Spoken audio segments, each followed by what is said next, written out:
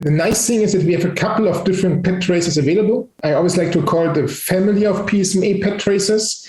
And the 3 lead candidates, they have already either market approval, like for example in the US by FDA, there are like 2 different kind of classes or subclasses of PSMA tracers, the gallium PSMA 11 and the PYL.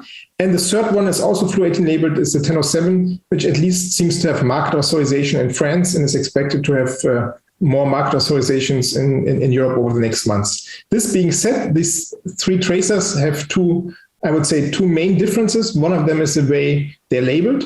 So either with gallium-68 or with fluorine, this is highly depending on the half-life. So gallium has a very short half-life, 68 minutes. Fluorine has a half-life of almost 2 hours. So this is one big difference. The second difference is that gallium-68 mainly is derived from generators. It's a generator product. And whereas fluorine is usually produced in cyclotrons and in much higher amounts, higher yields, and therefore potentially logistically superior. And the second main differentiator of these compounds is the way they're excreted.